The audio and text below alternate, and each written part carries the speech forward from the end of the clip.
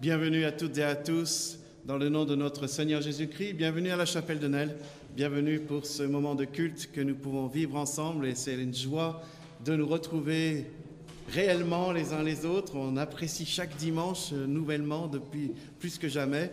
Bienvenue à ceux qui sont là pour la première fois et bienvenue donc à ceux qui sont là pour la énième fois. On est vraiment ravis de se retrouver les uns les autres. Et nous allons rentrer dans ce moment de culte comme d'habitude en prenant un temps de préparation musicale et de silence. Mais puis-je aussi nous exhorter, masque à l'appui, quand les cantiques viendront, de chanter de tout notre être et de tout notre cœur pour la gloire de notre Dieu. Voilà, bienvenue et bon culte. Que le Seigneur nous bénisse ce matin. Merci.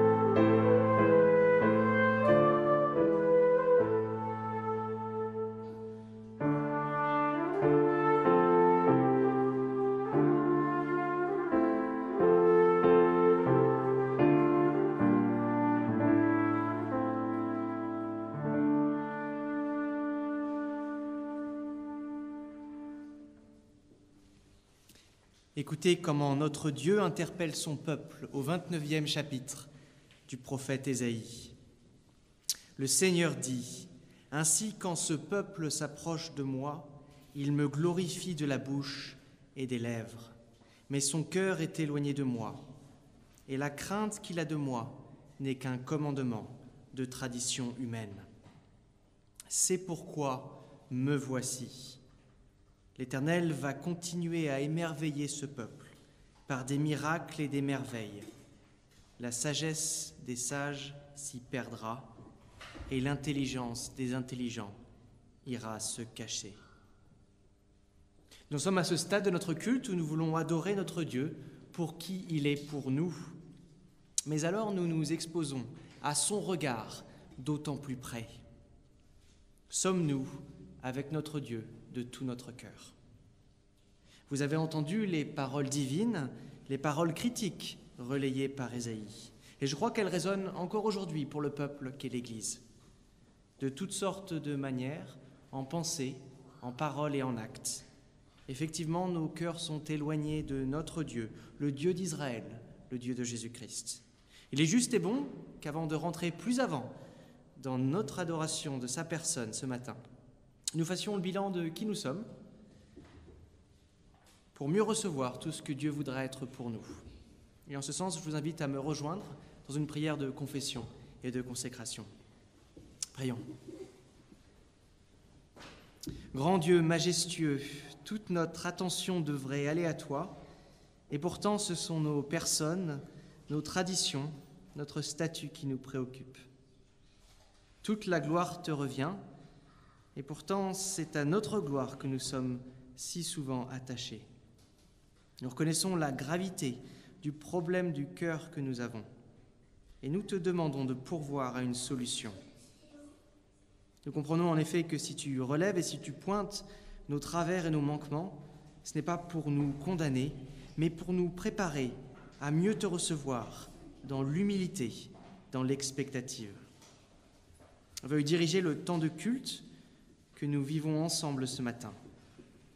En particulier, dirige nos regards vers Jésus-Christ. Donne-nous de te voir en sa personne, selon qu'il est écrit que qui a vu le Fils a vu le Père. Et par cette communion à toi, veuille nous redresser, nous rendre aptes à ton service, faire de nous des témoins de ta grandeur. Oui, tu es un Dieu étonnant et nous aurons l'occasion de le voir. Fais que nos existences puissent proclamer avec surprise, avec fraîcheur, avec enthousiasme qui tu es et ce que tu fais pour nous. Nous prions toutes ces choses au nom de Jésus-Christ, qui s'est présenté à nous et pour nous en guise de miracle et de merveille. Amen. Écoutez à nouveau ces paroles en Ésaïe 29 au verset 14. « C'est pourquoi me voici, l'Éternel va continuer à émerveiller ce peuple par des miracles et des merveilles. La sagesse des sages s'y perdra et l'intelligence des intelligents ira se cacher. » Voyez-vous, quand nous pourrions nous attendre à être renvoyés à nous-mêmes, renvoyés à nos travers, c'est tout le contraire qui se passe.